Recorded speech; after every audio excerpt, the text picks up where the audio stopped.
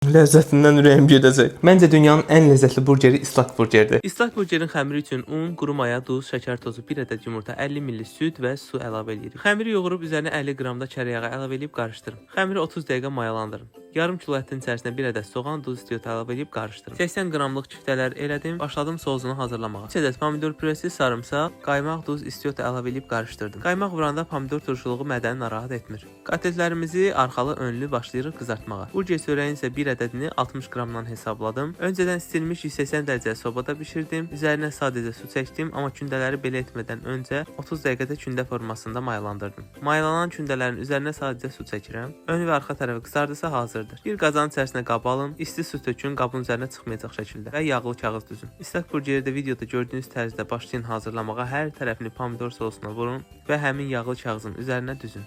Qapağını örtün, başlasın su qaynamağa. Üzərinə Holland pendiri ilə servis. Bismillah.